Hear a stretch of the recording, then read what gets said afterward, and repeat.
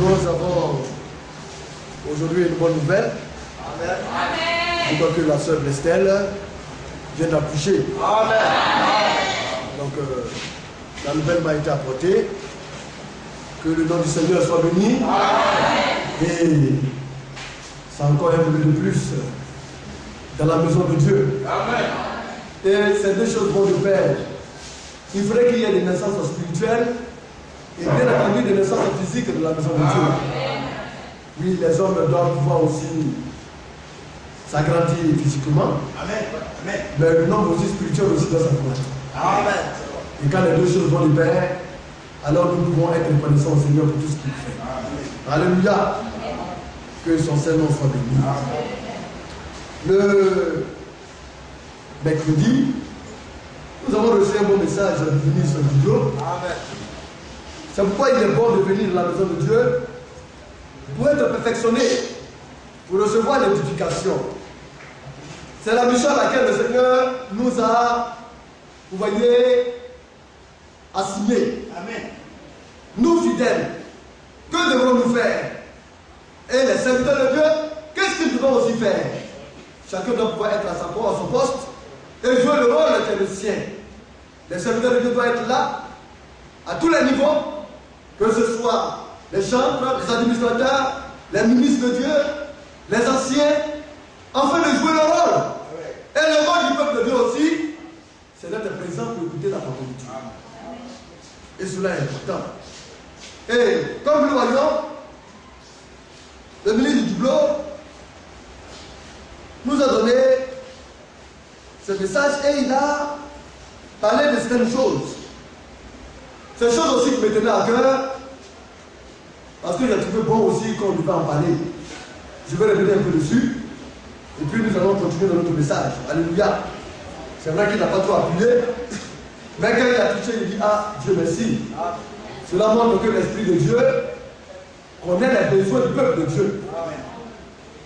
Nous allons prendre le livre de Colossiens 3, et lire à partir du verset 12. Alléluia.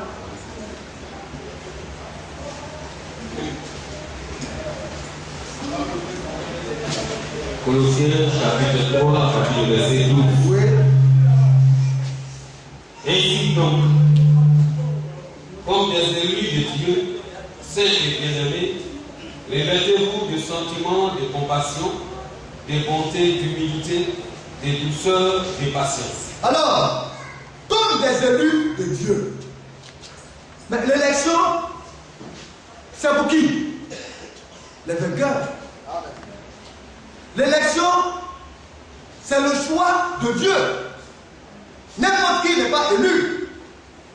Et comme des élus de Dieu, si nous nous disons que nous sommes élus de Dieu, alors voilà, voici ce dont nous devons pouvoir nous revêtir. Ce sont nos vêtements. Alléluia. Et lieu vêtements, pour paraphraser, des sentiments, n'est-ce pas? Oui. Des sentiments de compassion. Or, la compassion, c'est la pitié. C'est la pitié qu'on a vis-à-vis d'autrui. Qu'est-ce que je peux faire pour mon frère? Qu'est-ce que je peux entreprendre pour ma soeur lorsque celui-ci est dans la difficulté? Mais, quand on regarde cela, on pense forcément à l'argent. Non. Une soeur peut être dans une situation spirituelle difficile. Mais nous devons être animés de compassion envers la soeur. Et aller auprès d'elle pour la soutenir. Mon frère peut être dans une autre situation difficile. je dois avoir pitié. Et aller auprès de lui pour le consoler. Si je peux lui donner de l'argent, tant mieux. C'est aussi bon. Alléluia. Ça peut être des difficultés financières. Mais nous devons être compatissants. Comme notre Père Céleste est compatissant. Alors il continue. De compassion, de bonté. La bonté, c'est une qualité de faire du bien. Le chrétien doit être bon. Alléluia. Et quand on parle de bonté, les hommes pensent que c'est envers ceux-là seulement qui nous font du bien qu'on doit faire du bien. Mais non. C'est une qualité. Ton frère qui est à côté de toi, peut-être, ne te comprend pas, il t'a fait du tort. Mais toi, en retour, qu'est-ce que tu dois faire? C'est de lui faire du bien. Mais quelle est la meilleure chose que tu peux lui donner? Mais c'est ta compréhension, c'est ton amour. Pour le mal qu'il fait, alors tu lui fais le bien. Alors Dieu dit, tu as des qualités. Nous continuons un peu. D'humilité, de douceur et de patience. Alors le chrétien qui est élu doit être compatissant. Il doit être bon. Il doit être humble. Il doit être doux. Et il doit être patient. C'est ça l'élection. Ainsi donc, comme des élus de Dieu. Alléluia. Le verset 13, bien aimé. Écoutons bien. C'est là que je voudrais venir sur tout. Le verset 13. Oui. Supportez-vous les uns les autres. Donc, nous devons pouvoir nous supporter les uns les autres. Supporter le quoi? Alléluia. Accepter la douleur. Accepter les épreuves et les difficultés. Même quand mon frère me fait des douleurs, je dois pouvoir accepter et comprendre. N'est-ce pas? Mais est-ce que les élus et les revanchards? Mais il y en a qui n'ont pas encore perçu l'action de l'esprit ou bien le caractère chrétien. Mais nous ne venons pas ici pour mener un combat charnel. Si mon frère m'a fait du tort, bien aimé, est-ce que je dois lui rendre en tort? Mais non. Que devrais-je faire? Je dois vivre la vie chrétienne. Je dois me comporter comme un chrétien. Le chrétien ne fait du tort à personne. C'est un parce qu'on a traité mal que toi tu as traité mal. Alors, c'est pourquoi nous devons pouvoir nous supporter les uns les autres. Et le plus souvent, c'est des incompréhensions. Le frère agit d'une telle manière parce qu'il pense qu'il fait bien. Et l'autre aussi appréhende d'une autre manière. Et le diable peut se mettre au milieu d'eux et les divise.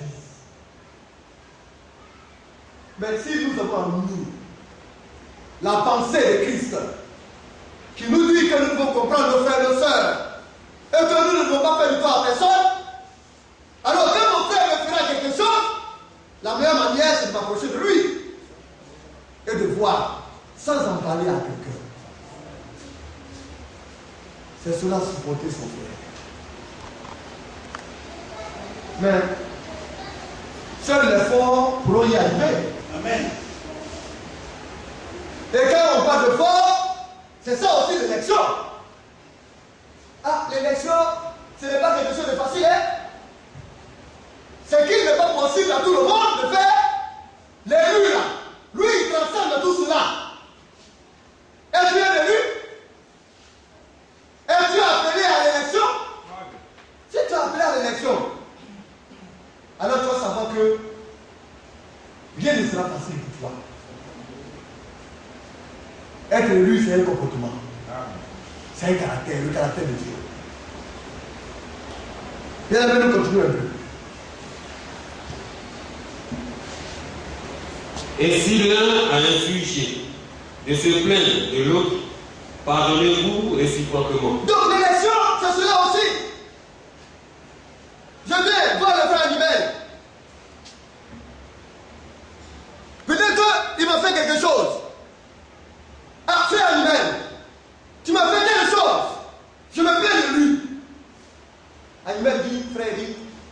je te demande pardon. J'ai dit, il n'y a pas de problème, frère, j'ai compris, je t'ai pardonné.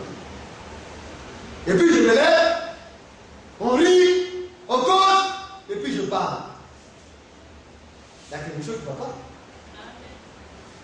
Suis-je chrétien? Suis-je appelé à l'élection? Dieu dit oui. Tu te plains de lui, c'est vrai. Mais si lui te pardonne, toi aussi il faut lui pardonner. Amen. Alors il dit, frère, je te demande pardon. Après qu'il m'a demandé pardon, moi aussi. Frère, moi aussi je te demande pardon. Pardonnez-vous réciproquement. Vous savez, c'est un peu là où les familles bâchent de l'aide. Parce que le Seigneur veut nous obliger à l'humilité. Le Seigneur veut nous apprendre l'humilité. Mais notre orgueil a fait qu'on ne peut pas accepter ça. Il m'a blessé. Ou bien, peut-être que mon mari m'a manqué de respect parce qu'il est venu me demander pardon. Moi aussi, je lui demande pardon. C'est l'humilité que le Seigneur demande. Oui, il t'a blessé. Mais avant de te blesser, toi, tu ne sais pas ce que tu as fait. Directement ou bien indirectement. Qu'est-ce qui t'a poussé à te blesser? Alléluia. Alors, c'est ce qu'on appelle l'omission. Les offenses peuvent être en action, par action ou bien par omission. Nos frères catholiques aiment souvent cela. Pardonne-moi en parole et en omission, ainsi de suite. Mais l'omission, c'est quelque chose que tu as eu à commettre et puis tu as ignoré. Cela n'est même pas venu à ta pensée que toi tu as pu faire telle chose. Ça arrive, hein? Pour toi, tu as bien agi. Or, c'est une réaction qui attise une autre réaction. Pour pousser quelqu'un à te prendre autrement, il faudrait qu'il y ait une réaction. Alors, une soeur, peut-être un sort, les soeurs sont en ce moment en train, elles sont en train de poser. Et puis, il y a une soeur qui va venir, une autre soeur. Soeur, vraiment ici, quand je veux te voir. Et puis, la soeur, tellement qu'elle est enthousiasmée par une autre, elle néglige l'autre, ça se rend compte qu'elle va à la fin du temps à sa soeur. Alors, l'autre est blessée. Elle se renferme en elle-même. Elle se réveille et dit, ah, je suis parti vers la soeur, mais la soeur ne m'aime pas. Vous voyez? Et il y a des choses comme ça qui se passent. Là où tu ne t'attends pas, tu peux frustrer ton frère ou même ta soeur. C'est pourquoi Dieu dit, comme je suis là et que je vous aime, je vais vous préserver. Il ne faut pas croire que parce que ton frère t'a fait, vous voyez, affronter contre toi, toi aussi tu n'as rien fait. C'est pourquoi nous devons nous pardonner réciproquement. À chaque fois qu'il y a un problème, si toi tu ne vas pas demander pardon, là, évite les problèmes. Parce que si ton frère, si tu dis à ton frère, frère, tu m'as blessé, et que lui te demande pardon, toi aussi parce que tu es un chrétien, et que c'est pas un élu, ou bien un élu de Dieu, tu dois lui dire aussi, frère, moi aussi je demande pardon. Et Dieu est content. Vous voyez, c'est en cela que le Seigneur nous demande de regarder notre prochain comme étant au niveau de Dieu. Mais ce n'est pas facile, hein? C'est difficile.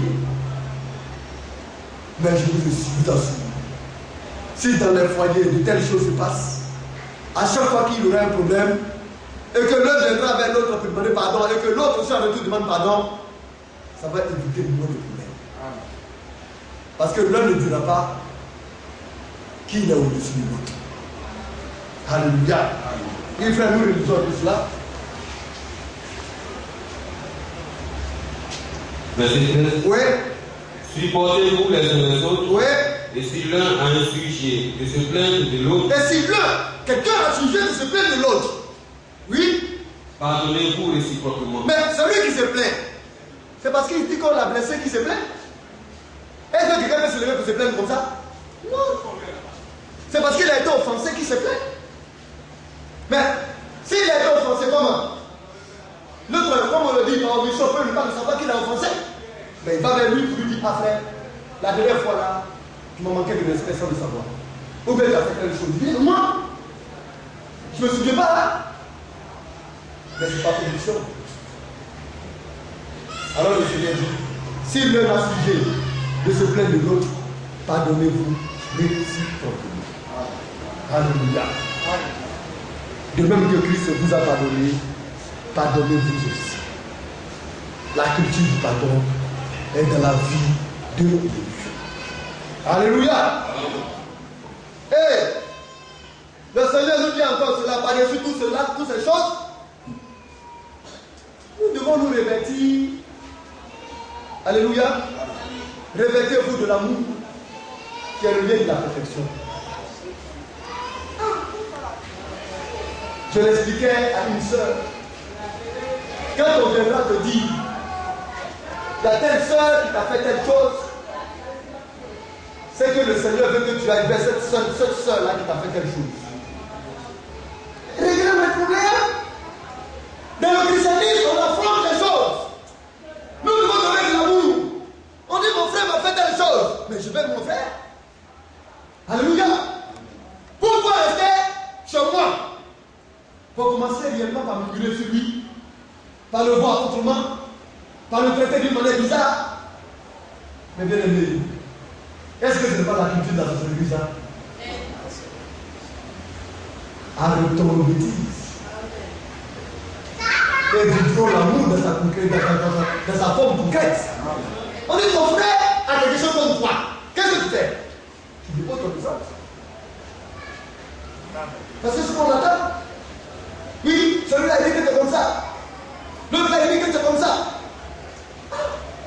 Si on te dit que si quelqu'un dit que tu es comme ça, mais c'est parce que la personne s'intéresse à toi qu'elle te dit ça. Mais qu'est-ce qui ne m'intéresse pas de quelqu'un là? Mais quand tu mets de la personne, je l'ignore. Mais c'est l'amour, tu amènes une personne à parler d'une autre personne.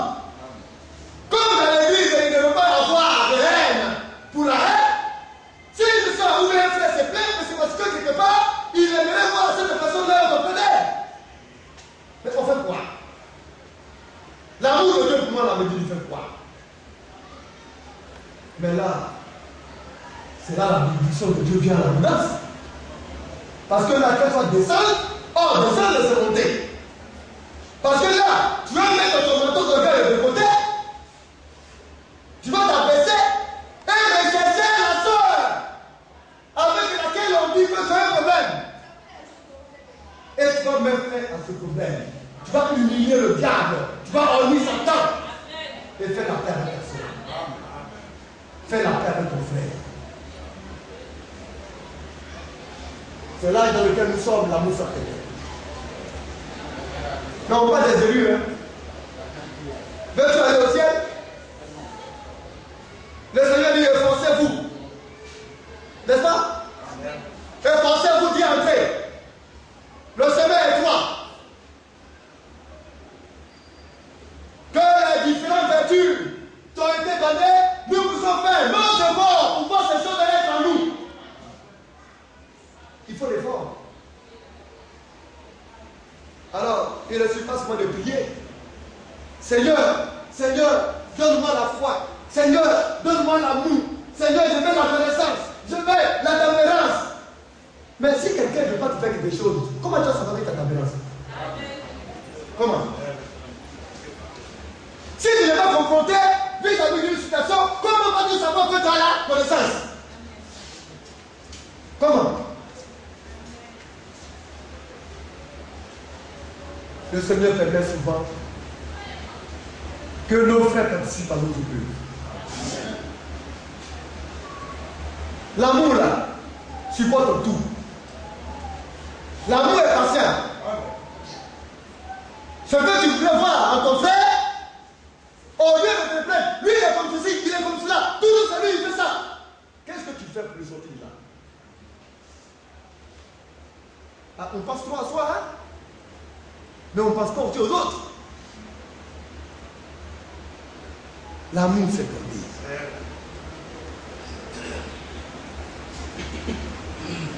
Et il y a un problème de compréhension. Il faudrait que les frères saisissent et comprennent. Si on parle beaucoup de toi dans l'assemblée, c'est parce que beaucoup d'hommes t'aiment. Ça, c'est tout. Est-ce que vous pensez que votre frère peut prendre Marcel par les bouts de coupé? Est-ce que le frère là, entre nous, il peut te prendre pour faire quelque chose dans sa maison. S'il s'occupe de toi, c'est parce qu'il veut te voir auprès de lui. Donne-lui un peu de ta présence. Parce que Dieu demande aussi d'aller le visiter. Et puis fais-lui comprendre qu'il n'est pas le seul. Mais tu ferais un effort pour être présent auprès de lui. Nous devons aimer. Alléluia. Or, l'amour, c'est le seul, hein? Il n'y a pas de deux. Nous tendons vers la perfection. Nous voulons être parfaits. C'est le seul lien qui nous unit à la perfection. C'est-à-dire, pour être parfait, là, il faut passer par là. L'amour, c'est le lien de la perfection. Amen. Si tu n'aimes pas là, tu n'iras pas au ciel. Bien aimé, on se regarde, hein? Ce n'est pas, comme on le dit, de l'à peu près ou bien on est en train de se... On sent qu'il n'y a pas amusement dedans. Hein? Tu n'aimes pas là, tu n'iras pas au ciel. Amen. Donc en même temps, nous apprêtons à aimer.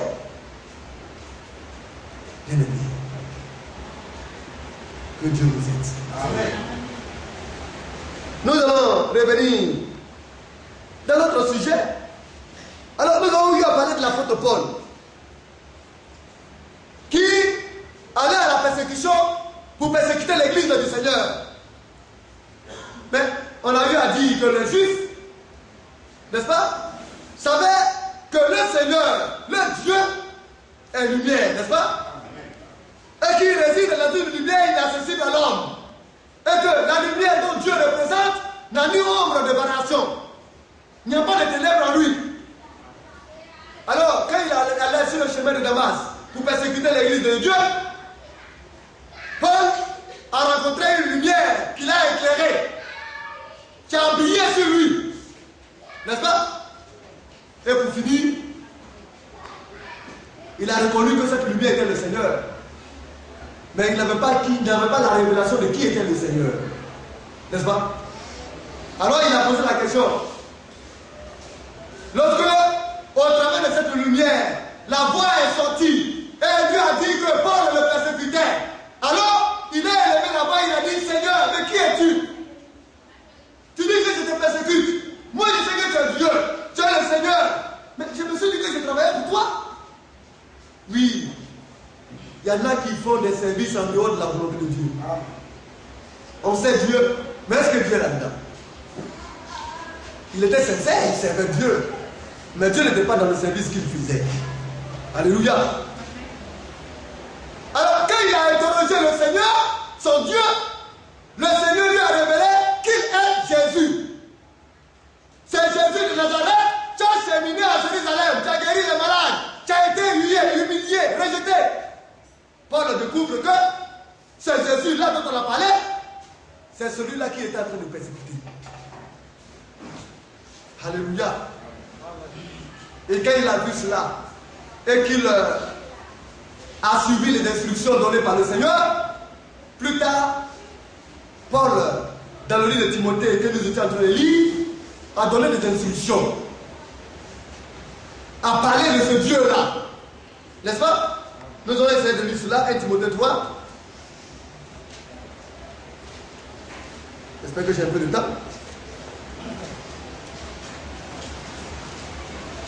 1 Timothée, le chapitre 3. Alors, l'apôtre Paul, à partir du verset 15 au verset 14. 1 Timothée, chapitre 3, verset 14. Oui. Il t'écrit ces choses avec l'espérance d'aller bientôt vers toi. Donc, il s'adressait à Timothée en lui écrivant ces choses, en espérant aller bientôt vers lui.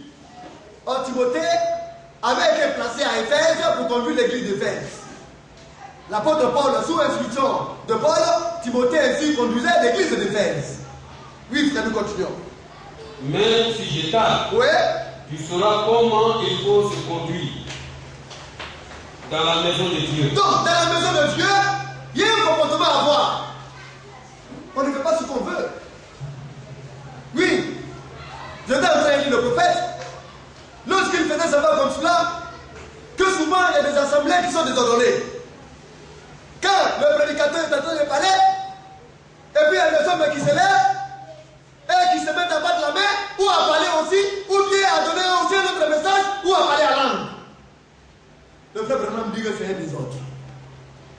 Mais pas nous faire Branham. La Bible nous le fait savoir. C'est ce que j'ai fait la dernière fois au jeune frère qui était venu. Quand le prédicateur est en train de prêcher, il se lève et puis il prêche. Et il applaudit. Alors, quand je les ai reçus, je les ai fait savoir, mais quand Dieu parle, c'est pour inculquer la parole de Dieu à chacun d'entre nous. La chose la plus importante, la plus précieuse qui existe, c'est l'écoute de la parole de Dieu, la réception de la parole de Dieu à l'intérieur du cœur. Et c'est cela qui change l'homme. Un miracle ne peut pas changer l'homme. Un miracle ne ferait amener quelqu'un au ciel. Mais la parole est façonne. Prenez le plus grand criminel, le plus grand bandit qui n'ait jamais existé. Amenez-le. Et faites-le demeurer de la parole de Dieu. Et voir la parole de Dieu demeurer en lui. Il va changer. Seule la parole de Dieu peut faire ça. Alléluia. C'est la parole de Dieu qui amène l'homme le plus pervers à l'état dans lequel il est. Dans l'état dans lequel réellement il doit être. Alléluia. Alors je dis, mais le serviteur est en train de prêcher. Toi tu te lèves, tu commences à applaudir et puis tu dis prêche. Au moment où il est en train de prêcher, celui qui a applaudi de toi, comment il va attendre ce qu'il est en train de dire la suite des choses? Parce que tu l'as distrait. Il dit oui pasteur, ça c'est vrai. On ignorait cela. L'évangile n'est pas du spectacle. Et puis je lui ai dit, mais vous n'avez pas encore reçu la vraie parole. Parce que quand la vraie parole la sort, là, toi tu ne peux pas te lever pour dire prêche. Parce que si tu es conscient de ta vie, tu ne peux pas t'amuser comme ça. C'est pourquoi dans l'église de Dieu, quand Dieu parle, tout le monde est silencieux. Amen. Amen. Amen. Amen. Amen. Amen. Si on est d'accord, on dit Amen. Amen, tu peux dire ainsi soit-il, c'est la vérité, c'est vrai. Je suis d'accord. Ce petit mot-là suffit. Amen. Amen. Tu peux dire Amen. Si tu es très content, tu dis Alléluia, gloire à Dieu, et puis ça s'arrête là. Amen. Amen. Mais tu as besoin de te lever pour venir distraire le serviteur de Dieu. Dieu n'est pas dans ça. Amen. Dieu n'est pas dans le spectacle. Amen. Alléluia. Amen. C'est pourquoi dans l'église, l'apôtre Paul a été formel. Les femmes doivent écouter dans le silence. Quand la parole de Dieu est donnée, il faudrait qu'il y ait de l'ordre et du silence. On doit écouter avec toute la disposition nécessaire. C'est pourquoi Dieu parle de recevoir la parole de Dieu avec un cœur honnête et bon. Amen. Alléluia. Quand la parole de Dieu est là, ce n'est pas quand tu as crié, ou bien tu as sauté, que tu as montré à tout le monde que tu es spirituel, ou bien le plus réceptif. Ça veut rien dire. Mais si tu es honnête, et si tu es bon, dans ton silence là même là, avec ton amen simple, tu vas démontrer que la parole de Dieu a touché ton cœur. Amen. Oui frère, nous continuons. Dans la maison de Dieu, Oui, il y a l'église du Dieu vivant, oui, la colonne et l'appui de la vérité. oui. Et sans contredire, le mystère de la piété est grand. Donc l'église est la colonne. Et quand on parle de l'église, c'est le corps du Seigneur. C'est la colonne et l'appui de la vérité. Pour dire, la vérité là est donnée à l'intérieur de l'église. Si vous voulez obtenir la vérité, vous ne pouvez pas l'obtenir en dehors du cadre de l'église. C'est la colonne et l'appui de la vérité. Et il dit ça contredit le mystère, un mystère de la piété. Alléluia. La piété. Au 6e étage. Être comme Dieu. Alléluia. La piété, c'est cela. Être comme Dieu. Celui-là qui est semblable à Dieu, son mystère là est grand. Mais c'est parce que l'apôtre Paul a vu. Il a été un témoin oculaire, il a été un homme qui a expérimenté la chose. On lui a pas dit. Il a rencontré le Seigneur, il a vu Dieu. Où? Sur le chemin de Damas. Quand quelqu'un fait son expérience là, il n'a plus à dire on dit, ou bien je pense que. Il dit je dis. Le mystère de la piété. Alléluia. Amen. Les juifs là, les sacrificateurs autres là ne peuvent pas le comprendre. Hein? Ils ne peuvent pas le saisir. Parce qu'eux, ils sont dans l'aspect théorique. Oh Jéhovah, Yahvé Jireh, comme El Shaddai, Yahvé, Jéhovah d'ici. Eux, ils parlent de manière théorique parce qu'ils n'ont pas fait l'expérience. Entre celui-là qui a entendu Dieu une fois et celui-là qui a reçu Dieu, il y a une différence. Hein? Oui. Je le disais comme ça. On prêche la parole, on ne comprend pas. On parle d'Abraham. Abraham a entendu la voix de Dieu. Et à chaque fois que Dieu lui parle, les hommes se posent la question, mais comment est-ce que Abraham sait que c'est Dieu qui lui parle? Et puis c'est pas Satan. Mais Satan pouvait venir se déguiser et puis rentrer là-dedans. La voix de Dieu est inimitable. Amen. Si Dieu vous attendait un jour, vous saurez que cette voix-là est unique. Bien aimé, cette voix que vous attendez, Satan ne peut pas l'écouter. Amen. Cette voix, à chaque fois qu'Abraham entendait cette voix, il savait que c'était Dieu. La voix que son État a entendue, à chaque fois qu'il va attendre cette voix, parmi 10 000 voix, il saura reconnaître la voix de Dieu.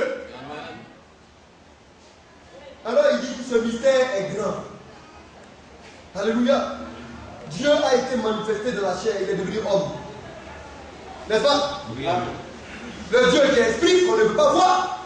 Le Dieu qui est lumière, qu'aucun regard ne peut atteindre. Alléluia. Il s'est rendu visible. Alléluia. Amen. Il a été justifié par l'esprit. Il a été vu des anges. Oh, les anges voyaient la lumière et voyaient l'esprit qui leur parlait. Ils n'ont jamais vu leur Dieu. Et ce jour-là, c'était un événement incroyable. Parce que les anges festoyaient, chantaient dans l'église de joie. Les prophètes de l'Ancien Testament qui ont désiré voir cela n'ont même pas eu le soin de voir cela. Et voilà que Dieu allait faire une forme humaine. Le Dieu invisible qui s'est rendu visible. C'est un mystère. Alléluia. Et il a été prêché aux nations. Il a devenu une bénédiction pour nous les païens. Amen. Et dans le monde entier. Dans la gloire. Alléluia. Élevé dans la gloire. C'est notre Dieu. N'est-ce pas? Amen. Alors quand il a regardé cela, il s'est élevé encore, il a dit, frère, je vous dis une chose. N'importe qui ne peut pas s'élever comme ça pour dire que Jésus est Seigneur. Si le Saint-Esprit ne t'a pas révélé cela, tu ne peux pas comprendre. La révélation de Dieu là, ce n'est pas de toi, de tu à toi. Ce n'est pas d'une question comme cela qu'il s'agit. Je crois que nous allons essayer de lire un peu cela. Dans le livre de Corinthiens, 2 Corinthiens, un instant. Hein? Donc je prends 1 Corinthiens, le chapitre 12 d'abord. Le verset 3.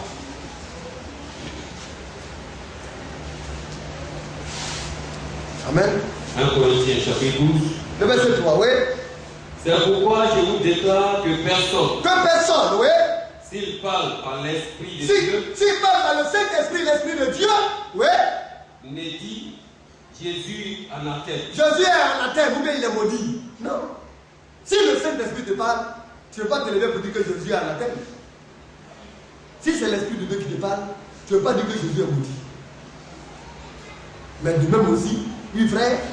Et que personne ne peut dire ouais. Jésus est le Seigneur. Il est le Seigneur. Or le Seigneur, c'est le Jéhovah de l'Ancien Testament. Le Seigneur, quand Paul l'a rencontré dans la lumière, il a vu que c'était Dieu qui lui parlait et qu'il s'est révélé dans la personne de Jésus. Il dit, personne ne peut le savoir. Personne ne peut le dire. Si le Saint-Esprit ne lui a pas révélé cela. Ou bien ne l'a pas habité. Mais aujourd'hui, Seigneur Jésus. Seigneur Jésus. Et puis quand maintenant il venait demander de te dire, tu oublies même que Seigneur Jésus-Christ existe. Mais quand tu dis Seigneur là, c'est pour dire que c'est lui qui est le Dieu de tous les dieux. Le Seigneur de tous les seigneurs, le Père de tous les esprits. Alléluia. Qui détient dans sa main toutes sortes d'esprits impurs comme purs. C'est lui le maître de tout. Quand tu dis Jésus est Seigneur, c'est que tu sais en toi que rien ne peut lui résister. C'est pourquoi le prophète disait que notre Dieu, le Seigneur Jésus, dans la colonne de feu, alléluia, où Dieu, il agissait avec le Père. Et il est venu maintenant pour se révéler à nous dans le Fils. Et maintenant il habite en nous maintenant par le Saint-Esprit. Il dit c'est la même personne. Alléluia. Mais tu as pris des formes différentes. Puis viens de nous continuer.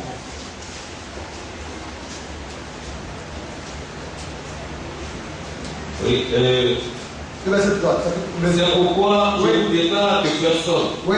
s'il parle par l'Esprit de Dieu, ne dit oui. Jésus est anathème. Oui. Et que personne ne te dit Jésus est le Seigneur, oui. si ce n'est par le Saint-Esprit. Alors, personne aussi ne peut dire Jésus est le Seigneur si ce n'est pas le Saint-Esprit. C'est pourquoi il lui a posé la question, qui est-tu Seigneur? Il dit, je suis Jésus. C'est moi Jésus, là, je suis ton Dieu. Alléluia. Donc quand l'apôtre Paul parle ici, il sait de quoi il parle. N'est-ce pas? Nous allons prendre le livre de Philippiens 4. Alors, si nous savons que notre Seigneur, notre Jésus est le Seigneur du ciel et de la terre, le créateur de l'univers tout entier, le maître de toutes choses, alléluia. Alors, il nous dit ceci dans Philippiens, sur le chapitre 4. Oh, ces paroles sont merveilleuses. Vous voyez, nous tous, nous bataillons pour atteindre le but assigné par Dieu.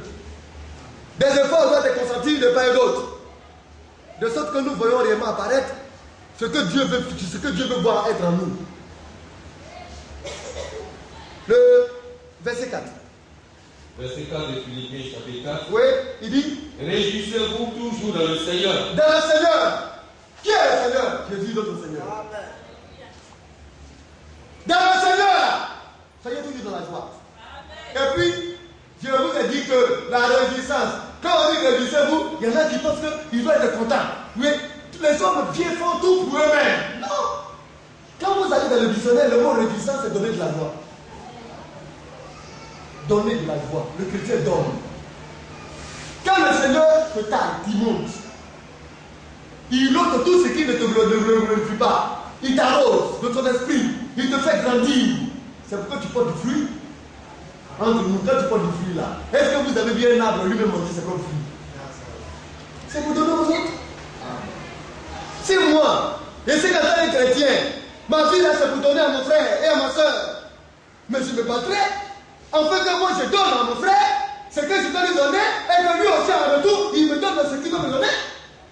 Si nous avons cette mentalité, nous serons bénis de Dieu. Qu'est-ce que je peux donner à mon frère? Dieu dit, réjouissez-vous, donnez-vous de la joie. Alléluia. Amen. Il y a des soeurs et des frères qui sont comme ça. Quand ils sortent, ils aiment me donner de la joie. Ils aiment me passer ici. Ils aiment embrasser celui-là. Ils aiment vraiment montrer qu'ils aiment tout le monde. C'est une grâce. Mais il y en a qui veulent tuer ça. Mais c'est en Christ qu'on peut faire ça. Donnez de la joie. Approchez-vous, montrez-vous que vous êtes des frères. Quand le culte commence, c'est que la parole de Dieu est donnée. Une fois à l'intérieur, c'est la parole qui fait noir. Là, il n'y a pas de sentiment, il n'y a pas de dire. On s'assoit, on écoute Dieu. Mais quand on sort, on est fraternel. On se donne de la joie et de l'amour. On montre que mon frère est important. Et qu'il est précieux devant de Dieu. Il n'est pas n'importe qui parce que c'est un fils de Dieu. C'est un élu de Dieu. Nous devons nous donner de la joie. Alléluia. Amen. Oui, frère, nous continuons. Je le répète, réjouissez-vous. Il continue encore, il le répète. Réjouissez-vous, donnez-vous de la joie. Oui, frère. Que votre douceur soit connue de tous les hommes. Alors, même, maintenant, tu vas donner de la joie. Quand tu approches ton frère, mais si tu es rigueux, si tu n'es pas doux, tu vas le blesser. Tu vas l'humilier. Alors, on donne de la joie. Si on n'est pas doux, on n'est pas docile, on humilie même les frères sans le savoir.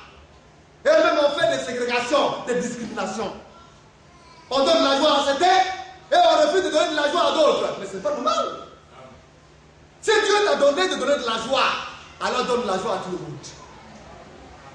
Mais cela ne veut pas dire que le même Dieu donne la joie à tout le monde. Mais il faudrait aussi qu'on comprenne. Comme le frère et la soeur aiment donner de la joie, alors il faudrait que réellement la soeur ou bien le frère puisse visiter tous les frères et toutes les soeurs de l'église. Ce n'est pas possible, frère. Alors nous devons aussi être pleins de compréhension. Mais le fait de donner de la joie, ce n'est pas une personne qui donne. C'est nous tous qui devons donner de la joie. Alléluia. Amen. Le pasteur, avec tous ses collaborateurs, les chantres, les administrateurs, les ministres de Dieu. Mais le pasteur doit donner de la joie. Si le chantre est frustré par le pasteur, comment est-ce qu'il peut rendre ce qu'il a? Si l'administrateur fait un travail, et puis le pasteur ne s'y prend pas bien, et puis il est frustré, comment est-ce qu'il pourra bien faire son travail? Tout est lié. Le chrétien, c'est le sublime de l'excellence. En toutes choses, nous devons être excellents. Alléluia. Amen. C'est pourquoi il dit, le verset 5, que votre douceur, oui frère, que votre douceur soit connue de tous les hommes. Le Seigneur est proche. Bien aimé, c'est la parole.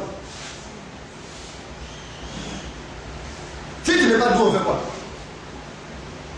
Dieu dit, ta douceur doit être connue de tous les hommes. Envers tous, là, tu dois être doux. Alléluia. Amen. Quand quelqu'un est doux, il est soyeux. Il est agréable à toucher. On l'approche facilement. Il nous aide à l'aimer bien. Il n'a pas de problème avec lui. Il est compréhensible. Même si je me trompe pour marcher sur son pied, il me comprendra. Amen. Il est doux. Alléluia. Amen. Mais nous-mêmes, là, nous. Quand quelqu'un est doux et puis nous, on est content. Mais pourquoi aussi nous aussi on ne sera pas doux pour contenter aussi les autres? Toi tu es content parce qu'il y a quelqu'un qui est doux, qui est intéressant, qui vient avec toi. Mais les autres aussi doivent être contents de toi. Nous tous, nous devons apprendre la douceur. Amen. Le Seigneur est proche. C'est le manque de douceur qui crée des problèmes. Quand tu ne comprends pas ton frère là, quand on parle de la douceur, il y a l'humilité. Vous voyez, quand vous prenez un tissu et puis c'est doux, quand vous faites comme ça, ça semble humble. Vous voyez, ça vous adoucit tellement que ça vous fait dormir. Or, l'humilité, vous, quand vous le voyez, vous ne pouvez pas penser qu'il peut vous faire du mal. C'est pas possible. On doit être doux. Nous tous, nous devons nous appliquer à la douceur. Pourquoi? Parce que le Seigneur est proche. Le Seigneur,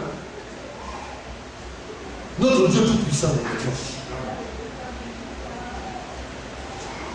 Et en cela, il nous dit, toi qui n'arrives pas à donner de la joie, toi qui n'arrives pas à avoir de la douceur, il dit,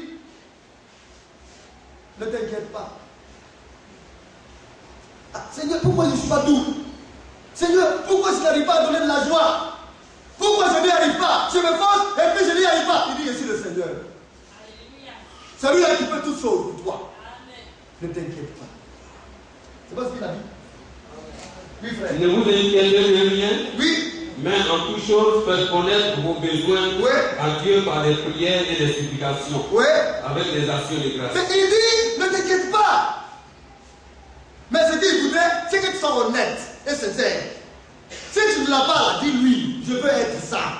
Parce que le christianisme, c'est cela. C'est le perfectionnement. Le Seigneur nous donne. Il nous demande. Il nous amène à être bien. Il dit, si tu ne le veux là, je veux te le donner. Pourquoi tu t'inquiètes? N'as-tu pas la capacité de faire quoi que ce soit? Ne t'inquiète pas. Alléluia. Amen. Il dit seulement, parle-moi. Fais-moi connaître tes besoins. Tu veux donner de la joie? Tu veux être doux?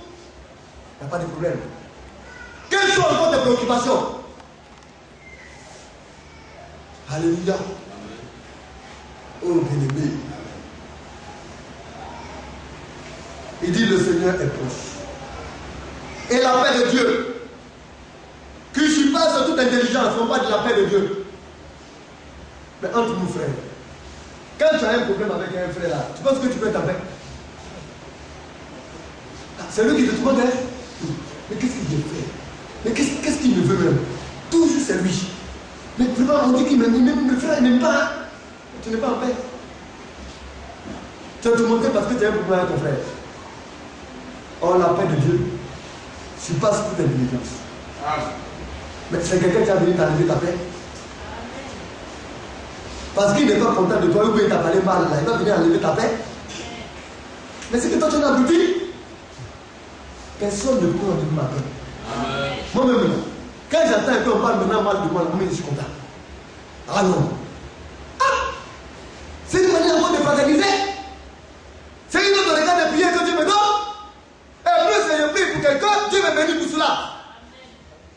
Tout ce qui existe, il y a une bénédiction à l'intérieur. C'est parce que vous ne le savez pas.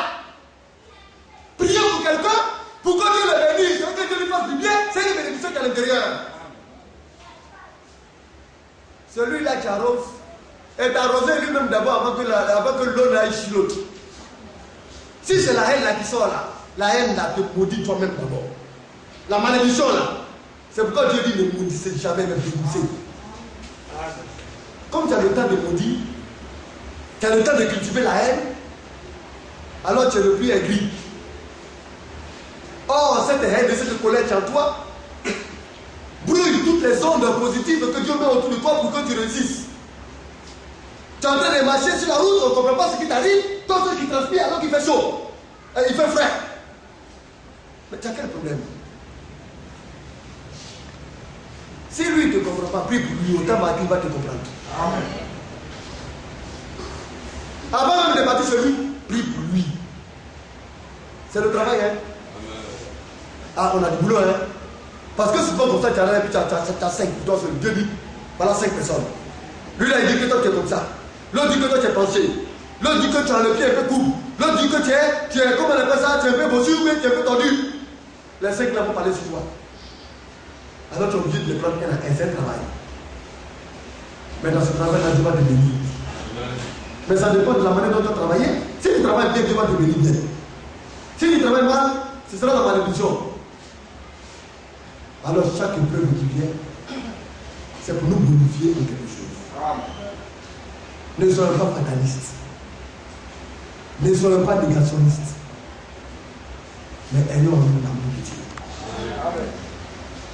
Il n'y a plus de place pour la haine. C'est fini. Ne vous laissez même pas distraire, frère. Là où on dit qu'il y a un frère qui ça ne va pas, c'est l'amour qui vient entrer. Alléluia. Alors que le bateau Satan sera humilié. Et lui-même va faire le camp de l'église. Ouais. C'est le temps maintenant de chercher ceux avec qui maintenant ça ne marche pas trop fort. Dans la semaine, on fait un programme. Répertorier les frères réellement avec lesquels vous ne vous sentez pas très bien. Visitez-les.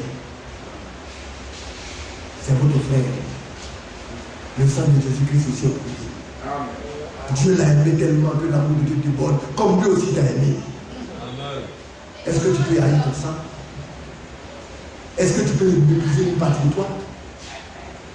Non, bien aimé. On ne peut pas faire cela. Que le Seigneur nous aide. Amen. Alléluia. Amen. Il n'y a rien que le Seigneur ne puisse faire. Si on a un problème, c'est le moment de lui parler. Nous allons lui faire connaître le besoin. Sincèrement, moi je connais pour moi. Et chacun a son soutien. Vous connaissez pour moi? Il n'a qu'à me donner l'argent et il dit de marier. Tout à l'heure, on me dit de marier. Chacun a ses soucis, chacun a ses problèmes. Il faut parler à Dieu. Il dit de t'inquiéter. Tout à l'heure, il dit, ah, tu dis de ne pas m'inquiéter. Tu ne m'inquiètes pas. J'ai besoin de ça. Et comme c'est pour accomplir ta volonté, donne-moi. Alléluia. C'est une manière de parler. Chacun a ses besoins. Ne t'occupe pas de ton ami qui est à côté de toi. Lui aussi, il a ses soucis. Chacun met sa main sur la tête et puis pas dans son cœur. Alléluia. Nous allons bénir et nous allons bénir.